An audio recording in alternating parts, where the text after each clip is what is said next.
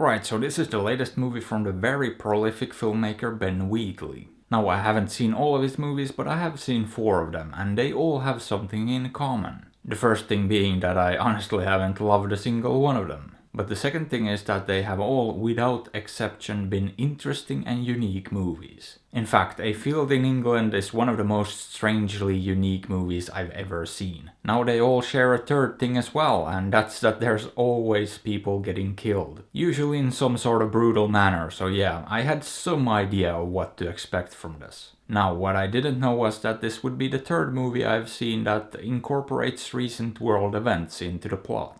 However, in this one it's not really a major part of the story, it's more of something going on in the background. In fact, after the first few minutes, it's not really part of the story at all. And so it could have actually just been left out entirely too, and in my opinion it probably should have. Since you kinda watch these movies partially for escapism, to get away from all the nonsense of the real world, so if it's not important to the plot, why even add it in? I don't know, those are just my 2 cents on the situation, but it didn't really do much to ruin my experience with the movie itself. Now, what is the movie actually about? Well, it's about a scientist of some sort, who volunteers to go check up on a colleague who's working on some sort of a mysterious project in the middle of the woods. That's pretty much all you know going into the larger story here, so it really doesn't give you much to work with.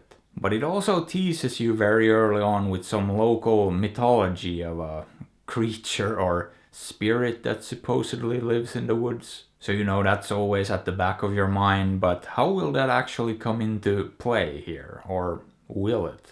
I guess you just have to watch the movie to find out, won't you? Because I certainly won't tell you, but all in all, this movie starts off rather slow, but it does have this strangely ominous tone even early on. Nothing's really happening, but you can sense that something's about to happen at some point. And it does, and it comes kinda out of nowhere, and things escalate rather quickly. And once it gets going, it doesn't really stop to smell the roses, it just keeps moving. Which I liked, and I liked the first hour or so of this quite a bit actually. I just found it to be fascinating, suspenseful, and thoroughly entertaining. However, at some point it kinda switches gears and starts to feel less, I don't even know, less focused, and even though it still moves forward, it started to feel like it was sort of meandering. Like it didn't know exactly what it wanted to do or where exactly it wanted to go. It just got a little bit too abstract with its ideas and lost that sort of concrete intrigue and suspense it had going for it before. And I'll be honest, I kinda lost interest there in the last 30 minutes or so. I was still hoping it would nail the ending, just come up with something phenomenal to bring it all home. But yeah, this is one of those movies that doesn't really give you a whole lot of answers. It sorta just leaves you hanging wondering what the hell you just watched.